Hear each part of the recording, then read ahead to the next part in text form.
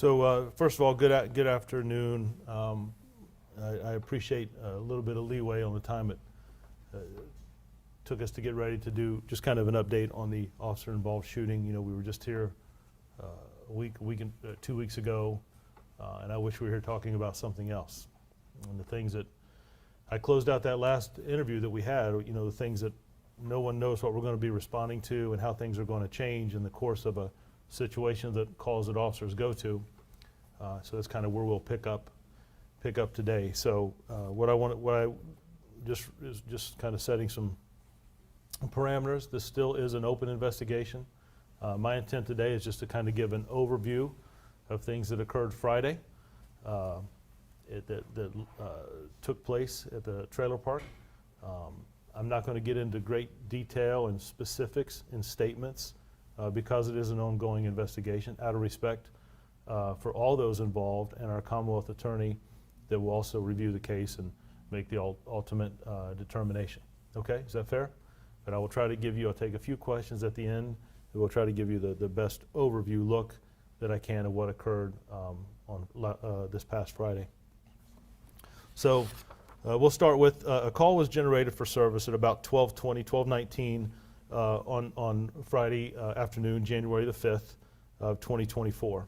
And the address we were at is number 1 Davis Park Drive. And the reason that officers were there were two things were going on. It was a follow-up on a welfare check and also to serve an arrest warrant. The welfare check, the individual, Mr. David Noteboom, he's a 43-year-old white male. We were asked to do a welfare check by his father and also by his ex-girlfriend.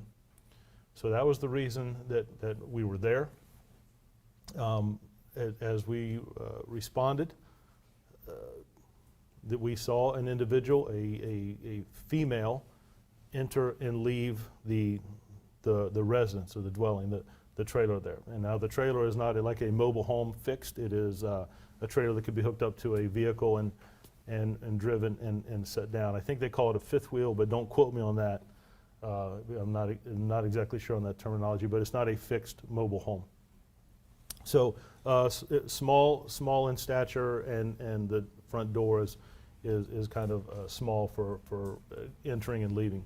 So as officers are there on a welfare check, again serving an arrest warrant that had just been obtained, I believe, in the last 24 hours out of Chesapeake. Let me make sure I got that right. Yes, Chesapeake warrant for failure to appear. That was the warrant that was going to be attempted to be served. So while they were there, as I said, there was a female that went into the trailer and had not come out. As officers responded, and because there had been some planning going on, we had been to this location earlier in the week, sort of the same thing on a welfare check. But because of some of the information about suicidal tendencies, of the possession of a firearm, we wanted to use some precaution. We just didn't want to just out of the blue send. The more we know, the better. The more we know, the better. So in situations where we have a little bit more information, we may change our response a little bit for safety of overall everyone involved. So instead of just a radio call to officers that were working, we utilized officers who were also members of the SWAT team because of their training and experience, the situations they respond to. So again, as we called officers to the scene, we had a phone number for this particular, his ex-girlfriend, and we started having those conversations, dialing her number and asking her to come outside. This goes on for about an hour to an hour and 15 minutes, and there's no response to these phone calls. There was no entry made before or during those calls, and there was no entry made immediately following those calls. But for about an hour and 15 minutes, there's calls made to her cell phone in attempts to have her talk to us, maybe tell us what's going on inside, or to ask her to step out and remove herself from the trailer. As we got no response there, we went to the PA system on the vehicle that we used. There was a recording by an officer giving an audio recording calling both individuals out by name, David and his ex-girlfriend, to please come out. They referred to them both by name, and that went on for about 20 to 25 minutes, asking them to step out of the trailer. There's no response. There was no entry made while the PA system was going, the directions were being given, and there was no entry into the trailer once we ceased. While that was going on, towards the end of that, an individual, we can't tell who, opened the trailer door. It became ajar. No one stepped out, but the door did come somewhat open, and then there was no response. So as time goes on, they go back to doing PA announcements, and officers that were outside began to hear screaming and yelling, sounds of what's described as distress or help. At that point is when officers made the decision, believing that someone was in harm's way, believing that there was someone in there that was unable to leave or not exactly sure what we can see. Now let me stop there just for a minute. I wish that we had a crystal ball and could tell what was going on in people's minds. I wish we had a technology could allow us to see through these walls and what the situation was. But we don't have that. So what we did have is an hour to an hour and 15 minutes of no one responding to a telephone call, several calls I should say, no one responding to commands coming over a PA system or a loudspeaker system to exit, calling individuals by name. And then we start to hear yelling and screaming, sounds of distress or help. At that point, officers did enter the trailer. Upon entry, they saw a struggle between David and his ex-girlfriend. There was a firearm present. As the struggle, you hear commands from the officers, and I know we'll get some questions about where their body-worn cameras on. The answer is yes. So it's also visually and audio recorded. There are commands given by the officer as they enter, they announce themselves. You continue to hear some screaming and yelling. You see the struggle going back and forth. There is a firearm. There becomes separation. The firearm was up towards the head area, the mouth area of David. There's some separation. The female goes to the ground or falls down, and I can't tell you if she was pushed down, if she's struggling and slips, if he pulls away, but there was tugging back and forth. So during that struggle, she goes down to the ground, and there is a firearm that is moved in the direction towards the officers, and there are shots that are fired by the Newport News Police Department. David was struck.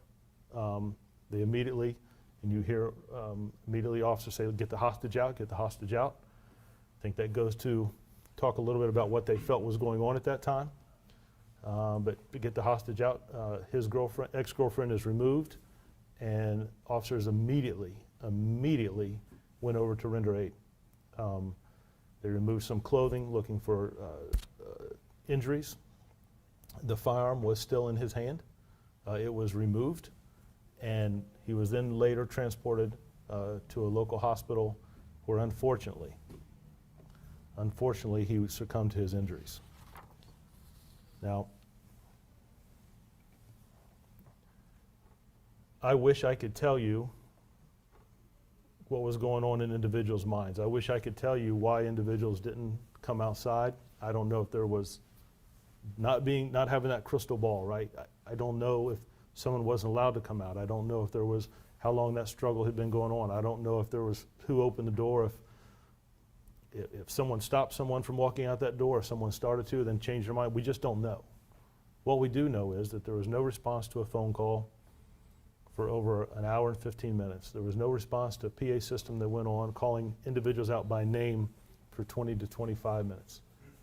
We do know that we heard screaming and yelling, and at that point, officers believing that someone was in distress, or could be, I explained to you that they used the word hostage when they removed her out, that someone was in danger. When they went in, they did see a struggle. The officers moved towards that, giving commands. This happened very quickly. This isn't like in slow motion. This happens very, very quickly in a matter of seconds. The female, the ex-girlfriend, goes down. The firearm is up towards the mouth and head area of David, and then it is moved in the direction of the officers, and then the officer fires. One officer fired. Again, immediately she was removed. They talked about get the hostage out, get her out, and immediately went to life-saving, their best to render aid to David. And again, he was transported to a local hospital where he later succumbed to his injuries. From that point, the scene was processed, interviews taking place. We'll investigate this just like we would any shooting in our city. Internal Affairs was also notified and responded to the scene. They will do their administrative investigation following the shooting investigation. So there's a lot of interviews that have been conducted already. There's still several interviews and follow-up interviews that will happen. Detectives will work hand in hand with our Commonwealth Attorney. The department is certainly capable, and the experience and forensics and technology we have is to investigate these matters, and then the case will eventually be turned over completely to the Commonwealth Attorney for there to make their recommendation. So I'll take a few questions. Just very, very mindful, again, that we are still in an ongoing investigation, and I don't want to do anything that hinders that, but I do think it's important to be as open and transparent as we can. Now, I do understand that there was an interview or some interviews done by individuals. So if we have some questions about that, I'll be glad to answer, but I'm not trying to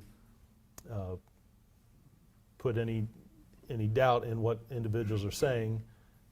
Just some things don't match up to the evidence that we have, and then some things in those interviews or interview that took place contradict some things that were said and that is on video. And I understand that. When you have emotions and fear and feelings, I completely get that. So I'll take a few questions. I'll have a couple closing things, and then we'll move on. Chief, so the public's going to see, as you mentioned, this comes off the heels of another incident involving an officer. In that case, the public's seeing these two cases. In one case, you have shots fired at officers before they were fired. And in this case, from my understanding and from what's been released, there were no shots fired at officers inside. So can you? It's a great question. Why was obviously similarities in these two cases, but why are these outcomes different, and what do you think the public should understand about them? So I think that is a great and a very fair question. A couple of things we didn't talk about in similarities is we both had individuals that were going through some mental crisis, and both of these individuals are armed with a firearm. There's no shooting, or there's no police-involved shooting that is, everything follows. It's not exactly the same. Individual may look at what's in the background, how close I am, how close is, the first shooting that you're talking about, it was one individual who approached in an aggressive manner a group of officers. In this situation, there were two individuals. What the officers believed as a hostage, a female that is struggling, and she's in the line of fire. When we talk about training, trying to do the best we can to make sure that she's out of the way. So I don't think our society would ask anyone that you have to wait until someone shoots you or shoots at you. I think the law is pretty clear about that. But when you feel that your life is in danger or someone else's life is in danger, you have to make that decision. And I would submit to you that it's not made as I sit in an office and can hit pause and put it in slow motion and frame by frame by frame. I can even take a break and come back and look at it again. This is a situation that happens very, very rapidly, and it's in a matter of seconds. So the officers that were forced into that situation, believing that someone was in danger, hearing that scream and yelling that someone's a hostage, visually seeing a struggle with a firearm, making sure the best they could that that individual is out of the line of fire, God forbid that something would happen. And then as that firearm comes in that direction, officers protecting themselves, the other officers in the room, knowing what is the next step.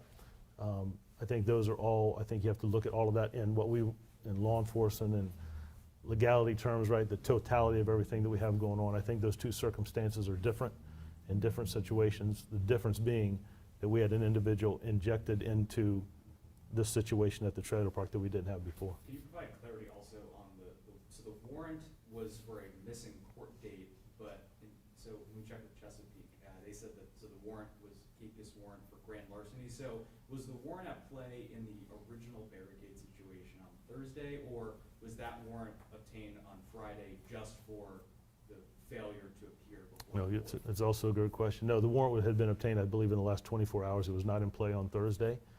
We did not, that warrant wasn't in existence on Thursday. Apparently there was a court case that was meant to happen or scheduled to happen, and so that was not in the same. And the other big difference between Thursday and Friday is that there was not another individual inside that trailer on Thursday.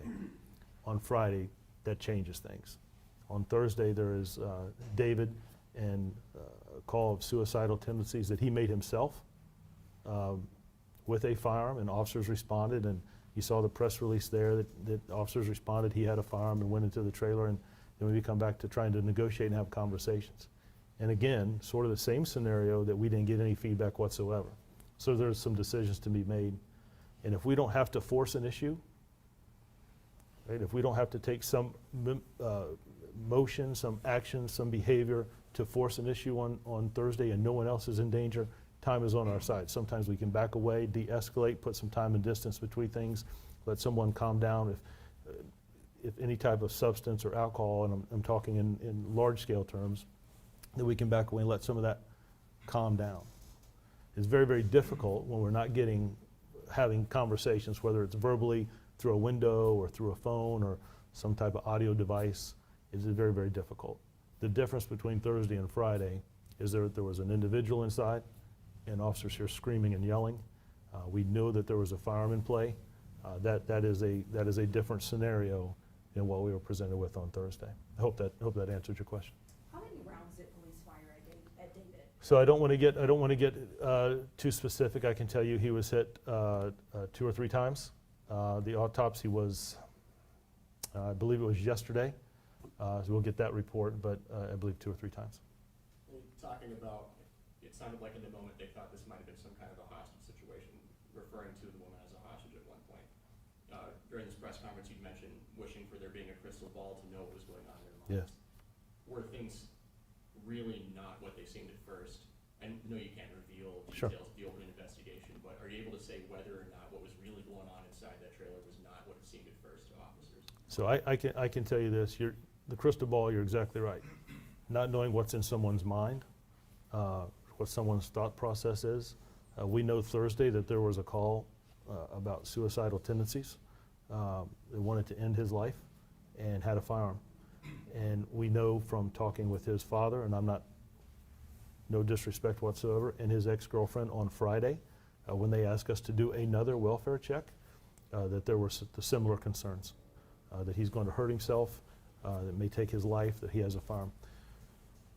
So I can't tell you what's going on in someone's mind.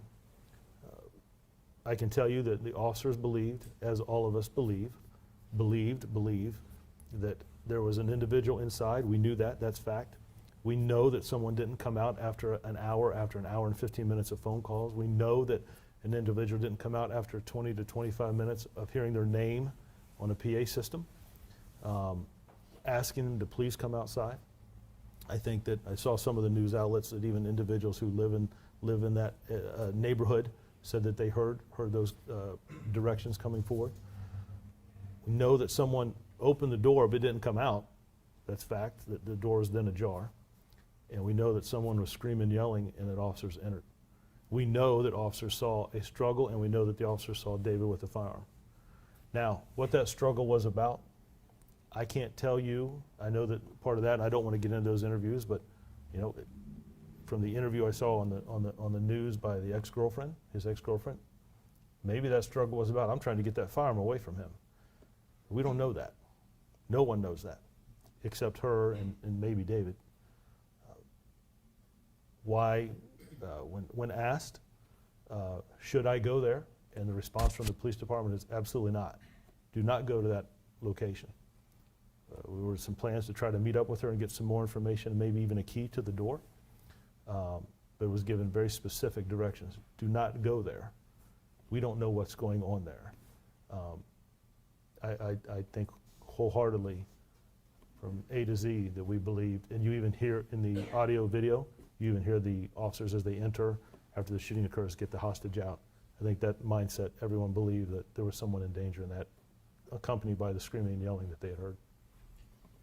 Were there other mental health resources, basically officers who may not have been necessarily armed police officers, but the Marcus alert system is becoming more like Sure. alternatives from a crisis response standpoint?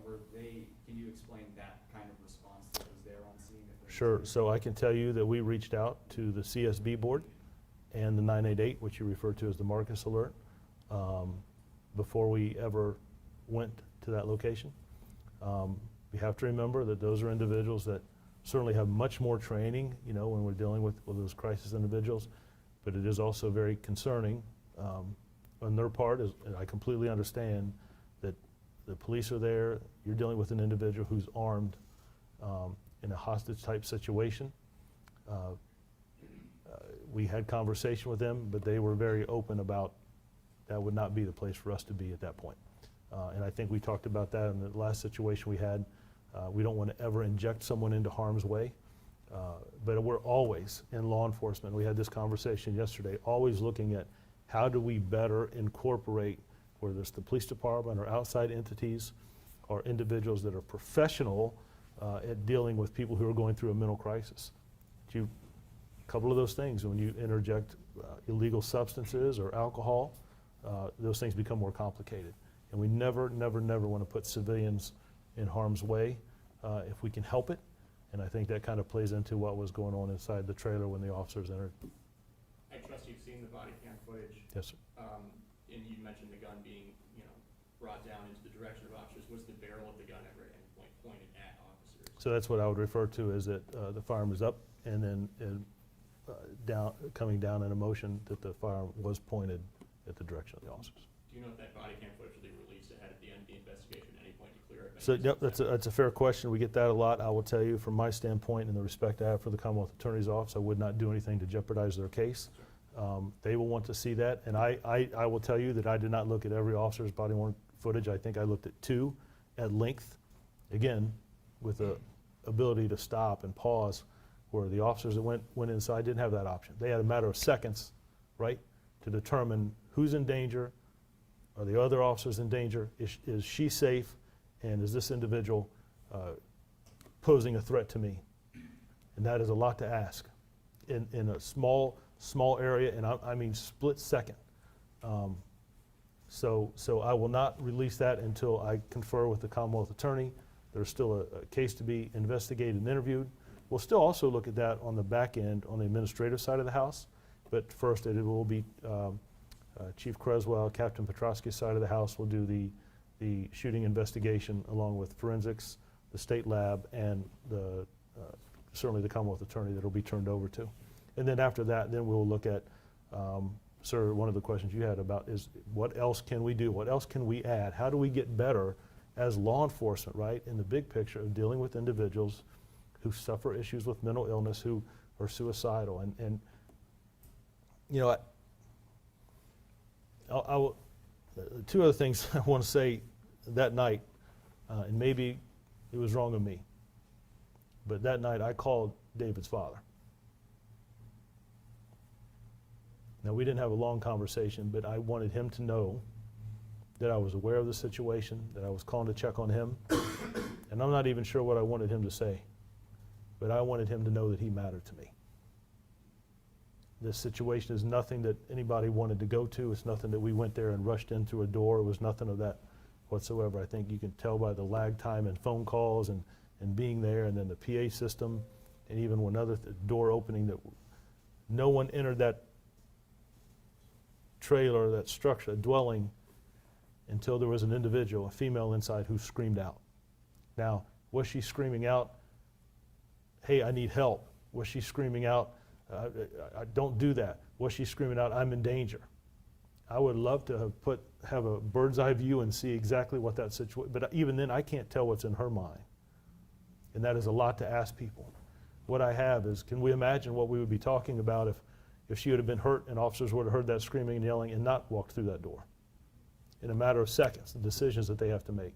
What conversation will we have if his father and his ex-girlfriend ask us to go check on him and we just, we'll do it at another time?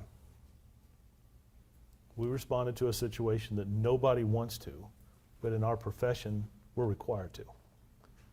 And I could not be more proud of the officers and the way that they handled that situation. We put them in harm's way, and then they made the actions and the responses that they felt like they had to make. Chief, how many officers went into the trailer? If I'm counting in my head, I believe it was 5. It could have been 6, but at least 5. And it's Pete, it's small, so you couldn't get much more in than that. And it's very narrow, so it was single file. It wasn't 2 by 2 or anything. It was single file. Were they all SWAT team? They're all, we don't have a permanent SWAT team, that's all they do. They're all officers, but they are members of the SWAT team. And we wanted to use individuals that have a little bit more training, good communication skills, talking together. And, as they're outside, in some of the footage, you can hear them talking about, hey, she's screaming. We hear her screaming. And I think that she, if I'm not mistaken, I think with one of the outlets she did an interview with, that she talked about, that she was screaming and yelling. And officers heard that. So they were in their SWAT team gear, he was shot with a rifle, I assume? He was, what I'm going to put here is he was shot with his the patrol rifle that's issued to the officers, yes. Okay, and on Thursday night, when the SWAT team, when the tactical situation ended, what was the reason that it ended? Like, it was going on and then how did? Right, so we're not getting we don't have the arrest warrant. We obtained an emergency custody order, but there's a time frame on those that they expire and then you have to go get it renewed.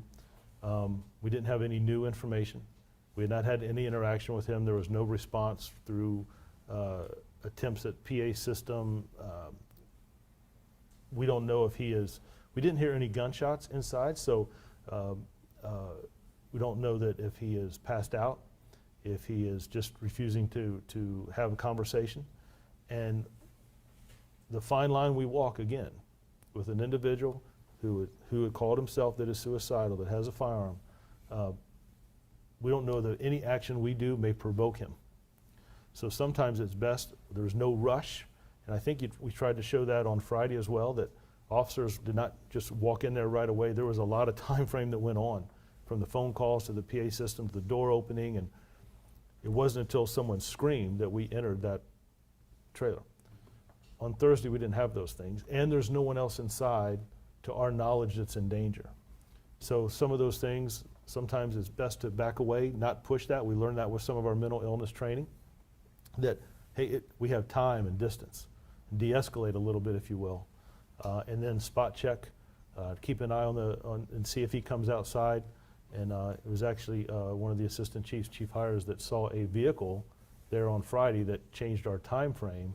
And when we ran that license plate and determined that it was the ex-girlfriend, after we had asked her, please don't go there, that changed everything for us. And that's after she had asked for the welfare check and his dad, that changed everything. So I hope that answers your question.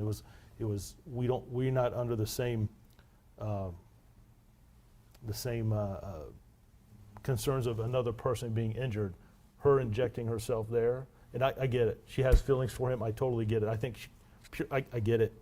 But injecting herself there changed the circumstances we have from Thursday to Friday. So Thursday, there was an emergency custody order which expired, and then Friday. Which would have expired, yes. And then Friday, do not have one, but you had a warrant, a capious warrant for the arrest. It had an plus, arrest warrant, right. Plus it was considered a follow-up. Yep, so there were two things going on there. So not just the follow-up from Thursday, that we had had conversations with his dad and his girlfriend about doing a welfare check on him again. And then with the arrest warrant, those two things, and we believe that it was best to have use some of our more highly trained officers to handle that situation. How did you know about the warrant? Was that just an NCIC check? So anytime that we're going to certain addresses, things will pop up on the computer screen from dispatchers. Maybe a warrant on file, calling in, verifying that, checking it, those type things. That's pretty standard. It just happened to come up like? Yeah, it wasn't. We didn't take out that warrant, right? It was from another jurisdiction. But it's when we're responding to a situation or a scene, when we're talking through, we had planned that out. And hey, let's just check and make sure there's no warrants on file, just like we would any other time. And there were warrants. There was a warrant on file. And that's a great question, because it goes into that it wasn't, hey, let's just show up on Friday and go out here. There was a lot of conversation with his father and his girlfriend, and even phone and text messages. We had tried, on Thursday, we had tried to get a hold of his ex-girlfriend and were unable to do that. So she called Friday, I guess seeing the calls that she had missed, and that's when they had the conversation. And she talked about some concern for him, suicidal, and I don't want him to hurt himself. Should I go there? And the instructions from the department were absolutely not. Please let us handle that. Maybe we can get together and get a key, and I think that was in the process of doing that. But the car, when we saw another car in front of his vehicle, and we ran that license plate, we were able to determine that was his ex-girlfriend, and that changed things. Then we had to make some moves concerning that someone may be in harm's way. And that arrest warrant, it was for failure to appear in court, is that right? Yes, ma'am, from, let me make sure I get it right. It was a failure to appear, a grand larceny warrant out of Chesapeake, yes, ma'am. So aside from the PA, I mean, I assume you guys were also banging on the door as well, right? Nope, again, we don't want to put officers in harm's way. We're not going to go up to a door where we know someone has a firearm. There's some distance and barricades. Some of the vehicles we use where officers and are positioned. I can tell you they were certainly close enough to hear an individual screaming out, yelling inside the trailer. But no, I would not put officers right, I mean, you know, the trailer door thin, we would not put officers up there in harm's way. It's the same thing when we talk about medical or mental counselors. We're not going to put them in harm's way, so the closer you get, the more dangerous you are, or in danger you could be. So we try to have someone behind barricade, behind vehicles, or off to the side. Okay. And can you talk about the drone and the robot? No, I don't want to get into tactics at all. I can tell you that anything that we have that aids us in individual safety, officer safety, community safety goes a long way, but I don't want to really get into technology and tactics that were there out of respect for the case questions, interviews that still need to take place. The court documents showed that syringes and a burnt spoon were found. Are you able to say if drugs were involved in this situation, or was that just kind of happenstance? So I think there was some information from individuals that there may be some drug use, but I don't want to, out of respect, I'm not going to go down and talk about individuals' history. But I can tell you in those type of situations, when we're talking about mental health, suicidal, that is always one of the things that we're talking about is drug paraphernalia or drug use, alcohol use, all those things that compounded with someone who's having some type of mental can cause some difficulty. So out of respect, I'm going to go ahead and end it here. I appreciate you guys taking the time to come out. I will tell you that these are one of the more serious calls that officers respond to. No one wanted this to end this way. I was glad that we were able to get his girlfriend out and that she's safe. I understand, I completely, totally understand feelings for an individual. It just, as we were presented with some different circumstances, we had to do some different things on Friday, but it was certainly not rushed. There was a long time that elapsed and things that we tried to do to get individuals to come out, as we would in situations you guys see us deal with all the time. So I appreciate it. Thank you, but I'm going to go ahead and stop it here, and we will go from here. Okay? All right. Thank you.